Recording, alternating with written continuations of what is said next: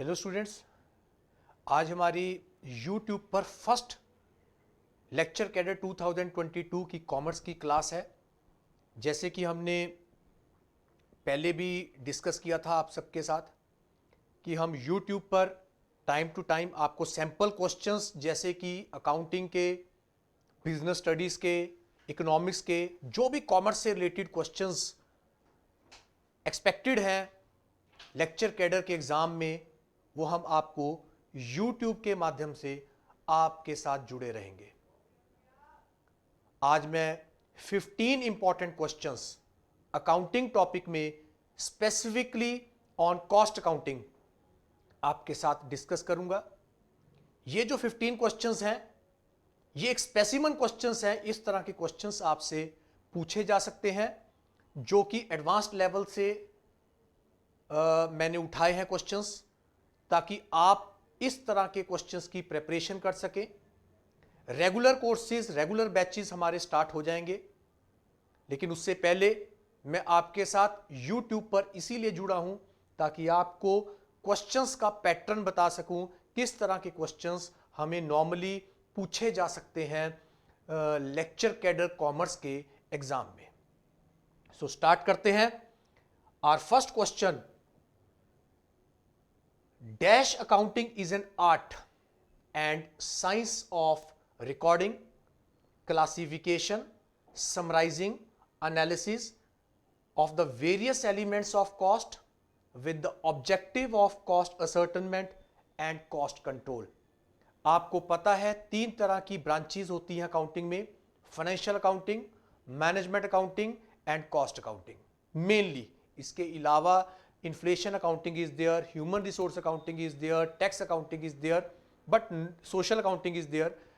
लेकिन जो important 3 accounting है, that is financial accounting, management accounting and cost accounting. अब जो डेफिनेशन है उसके अकॉर्डिंगली क्या पूछा गया है: dash accounting is an art and a science of recording, classification, summarising, analysis various elements of cost with the objective of cost ascertainment and cost control। तो जब हम cost ascertainment और cost control की बात करते हैं तो ऑब्वियसली इसका आंसर होना चाहिए cost accounting। so cost accounting is the correct option, reason being financial accounting is concerned only with maintenance of proper books of accounts for the purpose of determining the profit or loss of the business and to find the financial position of a business concern. But cost accounting is determination of cost of the product, maybe a product or a service, and cost control. So as per the definition, the correct option is cost accounting, whereas management accounting is analysis and interpretation of cost and financial data with the objective of converting the data into relevant information for decision making. But as per the definition, we are more focused on cost ascertainment and cost control, so cost accounting is the correct option. Coming to the question number 2nd, so this is the explanation. Cost accounting is an art and a science of recording, classification, summarizing and analysis of various elements of cost with the objective of cost ascertainment, cost control, cost reduction, which helps the management to take prudent business decisions. Coming to the question number 2nd, the main objective of cost accounting are: first, determination of profit or loss, cost accounting का objective पूछ रहा हूं, of a business entity, determination of financial position of a business entity, cost ascertainment, cost control and cost reduction, none of the above. What is the main objective of cost accounting? क्या determination of profit है, क्या financial position determination है, क्या cost ascertainment, cost control, cost reduction है, या none of the above? जैसे कि मैंने आपको लास्ट क्वेश्चन में भी आपके साथ डिस्कशन किया, cost accounting is ascertainment of cost, determination of cost so as to fix the selling price of the product. Second, the main objective of cost accounting is cost ascertainment. Second objective is cost control and cost reduction so that we can increase our profit margin. So the correct option is C. जो first और second option है that is relating to financial accounting, ये आपकी cost accounting की के objectives हैं. सो explanation देखिए हम. Cost computation is the first objective, cost control is the second objective and cost reduction is the third objective of cost accounting. Coming to the question number third, dash is the subdivision or any part of the organization to which costs are incurred but does not contribute to the company's revenue directly. ऐसा कौन सा सब division और ऐसा कौन सा part है किसी भी ऑर्गेनाइजेशन का to which cost are incurred, जिसमें कॉस्ट इंकर की जाती है और जो कंपनी के रेवेन्यू में डायरेक्टली कंट्रीब्यूट नहीं करता. क्या वो कॉस्ट यूनिट है, क्या वो कॉस्ट ड्राइवर है, क्या वो कॉस्ट सेंटर है, या none of the above. Now the correct option is C, it is cost centre. There are three types of centre: cost centre, profit centre, investment centre भी होता है, रेवेन्यू सेंटर. चार होते हैं, मेनली तीन होते हैं: cost centre, profit center and revenue center, but there is one more center known as investment center. cost center का मतलब है ऐसा सेंटर जिसकी हम कॉस्ट डिटरमिन करते हैं, जो कॉस्ट कंज्यूम करता है, जिस पर कॉस्ट लगाई जाती है. It may be an organisation, it may be a product, it may be a division, it may be an employee. जो भी कॉस्ट को कंज्यूम करता है, कॉस्ट इंकर जिस पर की जाती है, उसे हम कॉस्ट सेंटर कहते हैं. डायरेक्टली वो रेवेन्यू में कंट्रीब्यूट नहीं करता, लेकिन उसके बिना रेवेन्यू भी जनरेट नहीं होता. So cost centre is a sub division or any part of the organisation to which cost are incurred but does not contribute to the company's revenue directly. A cost centre is a department or a function within an organization that does not directly add to the profit but still cost the organization money to operate. It contribute to the company's profitability indirectly, not directly, indirectly. Coming to the question number fourth, dash refers to any measurable unit of the product or a service with respect to which cost are assessed. अब ध्यान से question पढ़िए.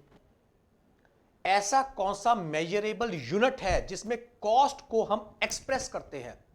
For example, unit of measurement कौन से होते हैं?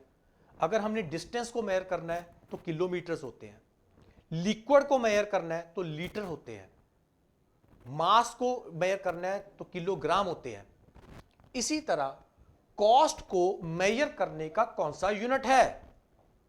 क्या वो कॉस्ट यूनिट है, क्या वो कॉस्ट सेंटर है, क्या वो कॉस्ट ड्राइवर है, या none of the above. So the correct option is, आपको जैसे कि डेफिनेशन से ही पता लग रहा है, cost unit. Cost unit refers to the unit of the quantity of the product और द सर्विस और the time in relation to which cost may be ascertained or expressed. It refers to any measurable unit of the product or the service with respect to which costs are assessed. Dash is any factor which cause a change in the cost of an activity. अब ध्यान से देखिए कितनी minute differences हैं. ऐसा कोई factor जो cost को बढ़ाता है, चेंज करता है, इंक्रीज करता है या डिक्रीज करता है, जिसके होने या ना होने से कॉस्ट बढ़ती या कम होती है, उसको हम क्या बोलते हैं? क्या वो कॉस्ट यूनिट है, क्या वो कॉस्ट ड्राइवर है, क्या वो कॉस्ट सेंटर है, या none of the above. It's correct answer is B, cost driver. Driver का मतलब ही होता है जो कॉस्ट को ड्रिवन करता है, बढ़ाता है, या कॉस्ट को कम करता है.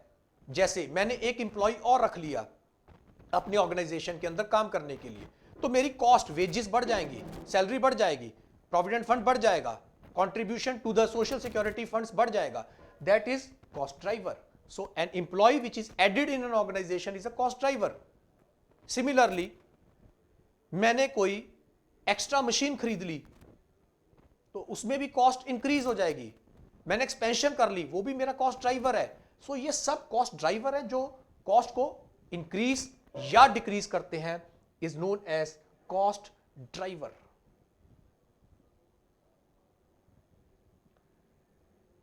Coming to the next question, dash is the business segment uses company's resources, consume cost and generate revenue for the company। जो रेवेन्यू जनरेट करके देता है वो कौन सा सेंटर है? मैंने आपको 3 इंपॉर्टेंट सेंटर बताए, cost centre, profit centre, revenue centre. Yes, तो this is a profit centre. Obviously आपको पता लग रहा है, profit centre is a business segment that uses company's resources, consume cost and generate revenue for the company. So B C is the correct option. Dash is a business unit that utilize its own capital to generate return that benefits the firm. Dash is a business unit that utilize its own capital to generate return। अपनी ही capital से revenue generate करके देख रहा है। क्या वो cost centre है, profit centre है, इन्वेस्टमेंट सेंटर है और एक्सपेंस सेंटर है? इनमें से क्या होना चाहिए? Yes, investment centre. For example, एक मैंने मशीनरी परचेज की।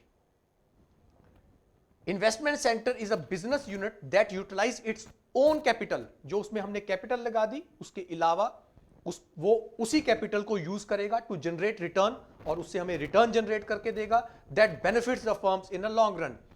It is business unit within an entity that has responsibility for its own revenue, expense and asset बनता है उससे, and generate revenue for the business is known as investment centre. In a manufacturing concern, which of the following is or are the elements of cost? हमारी cost accounting record rules के accordingly cost को किन किन elements में divide किया हुआ है? Material, labour, expenses, all of the above, none of the above. There are 3 elements of cost. One is raw material, second is labor, third element is other expenses. All the 3 elements are further divided into direct and indirect part.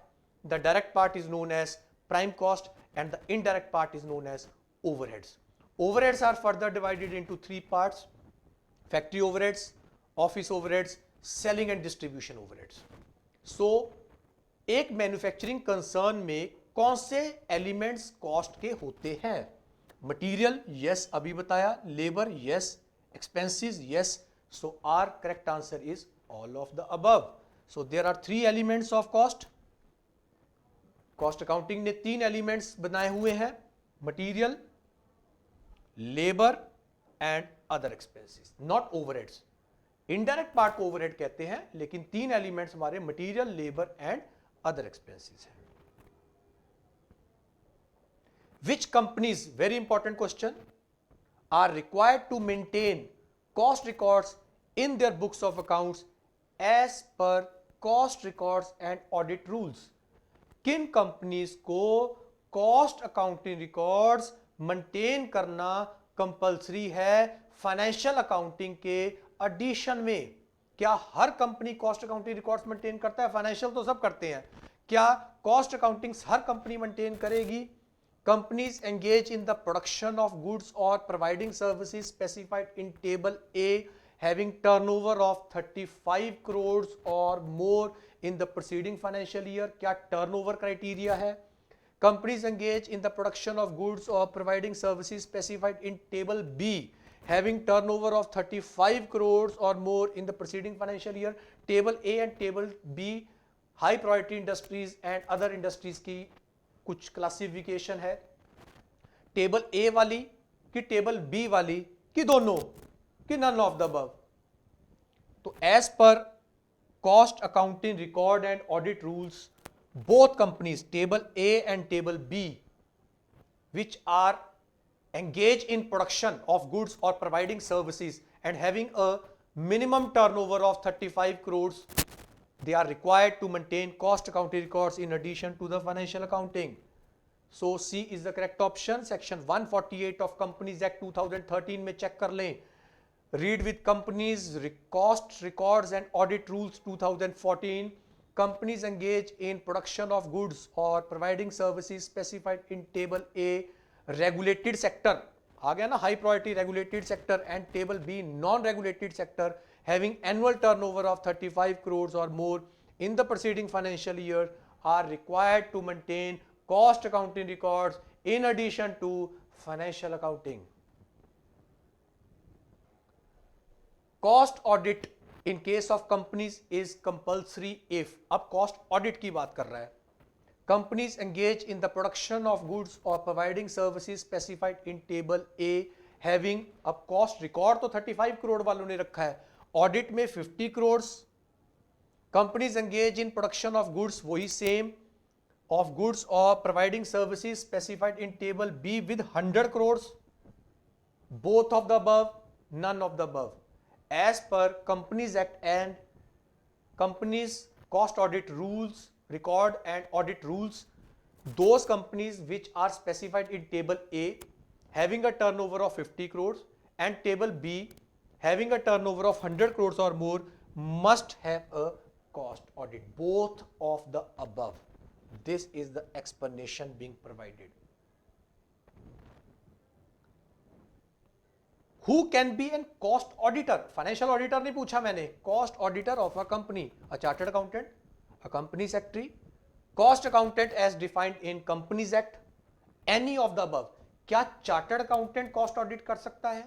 Tax audit करता है, financial audit करता है, company secretary कर सकता है, cost accountant कर सकता है, जो जिसने ICM में Institute of Cost and Management Accountant का कोर्स किया हो, और any of the above. क्या सबको अथॉरिटी दी हुई है? तो correct option is cost accountant as defined in Companies Act, एंड कंपनीज एक्ट में स्पेसिफाई किया है who is a member of Institute of Cost and Management Accountant can be a cost auditor. Specify किया only a cost accountant as defined under section 2 subsection 28 of Companies Act can be appointed as cost auditor. Cost accountant means who holds a valid certificate of practice under section 6 subsection 1 of cost and works accountant. पहले इसका नाम था, आज इस institute का नाम cost and Management accountant हो चुका है. And whole time in practice cost accountant includes firm of cost accountants and limited liability partnership firm of cost accountant as well. Which of the following is the disqualification of cost auditor? Body corporate, क्या एक company of cost auditors को आप auditor बना सकते हैं? Officer और an employee of the company, suppose I am an employee of the company but I am also certificate holder, valid member of Institute of Cost and works accountant of India. मैंने ICMA का course, ICWA का course भी किया हुआ है, पर मैं employ हूं उसी कंपनी का जिसका कॉस्ट ऑडिट करना है.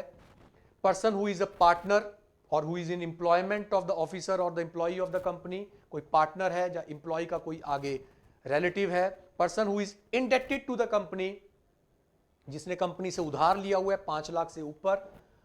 All of the above, these all are the disqualifications specified in the Companies Act. The cost auditor should be an independent person and it should not be a company.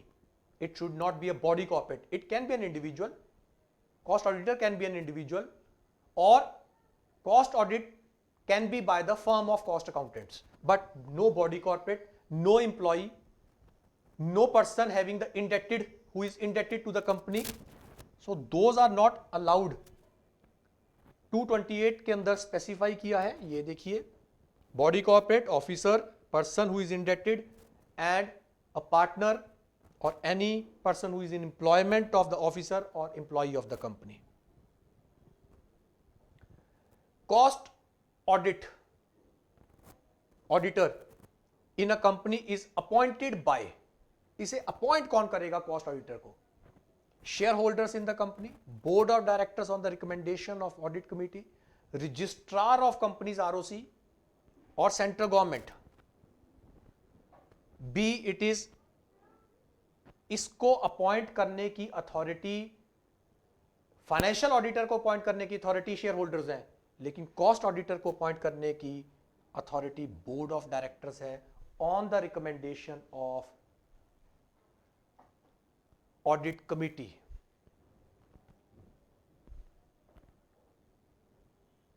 मैंने explanation section 148 के अंदर specify किया companies act के। Dash is defined as a benefit lost by rejecting the best competing alternative to one chosen। yes, अब types of cost में देखिए क्या कह रहा है, benefit lost by rejecting the best competing opportunity.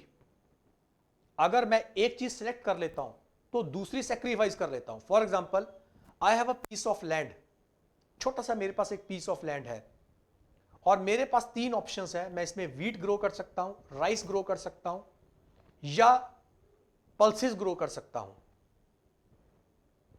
सबसे ज्यादा प्रॉफिटेबल पल्सेस है, उसके बाद नंबर आता है राइस का और थर्ड नंबर पर wheat.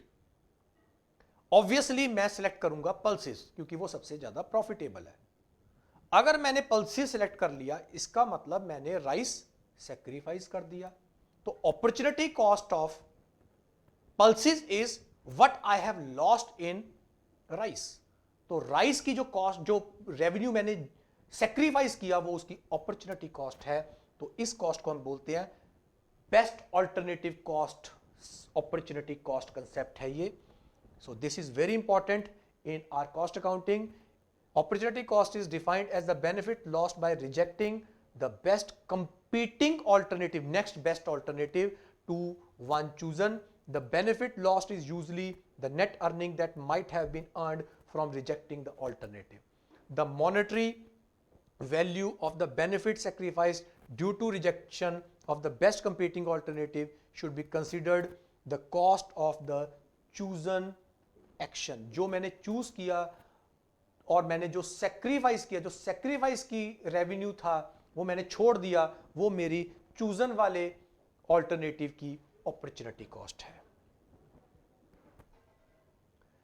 The cost of replacing an existing asset of the business by identical asset is known as. मुझे एक एसेट पुराना हो गया, खराब हो गया, वर्केबल कंडीशन में नहीं है, मैंने उसको चेंज कर दिया। जो मुझे उसे चेंज करने में कॉस्ट हुई उसे हम क्या बोलते हैं? क्या वो संक कॉस्ट है, अपॉर्चुनिटी कॉस्ट है, रिप्लेसमेंट कॉस्ट है, डिफरेंशियल कॉस्ट है? तो ऑब्वियसली जैसे इसे नाम से पता लग रहा है रिप्लेसिंग, तो obviously it is replacement cost is defined as the cost of replacing an existing asset of the business by the identical asset. Replacement cost of an asset consists of the current market price of the asset plus the necessary expenditure on the acquisition and installation of such an asset. तो इस तरह से important questions आपसे पूछे जा सकते हैं। Next YouTube class के अंदर हम कुछ और क्वेश्चंस डिस्कस करेंगे स्टूडेंट्स, और आई होप आपको इस तरह के क्वेश्चंस की प्रैक्टिस करनी है, प्रेपरेशन करनी है। लेवल चाहे जैसा भी हो एग्जाम का, लेकिन हमें इस तरह के क्वेश्चंस, हर एक कंसेप्ट हमें क्लियर होना चाहिए अगर हम लेक्चर कैडर के कॉमर्स के एग्जाम्स की प्रेपरेशन कर रहे हैं। आई एक्सपेक्ट कि आपको आज का वीडियो हमारा पसंद आया होगा, आपने लाइक किया होगा इसको, और आप हमारे साथ इसी तरह से बने रहें। नेक्स्ट क्लास के अंदर हम कुछ बिजनेस स्टडीज, इकोनॉमिक्स, स्टैटिस्टिक्स, इनके क्वेश्चंस भी लाते रहेंगे। Thank you students, have a nice day.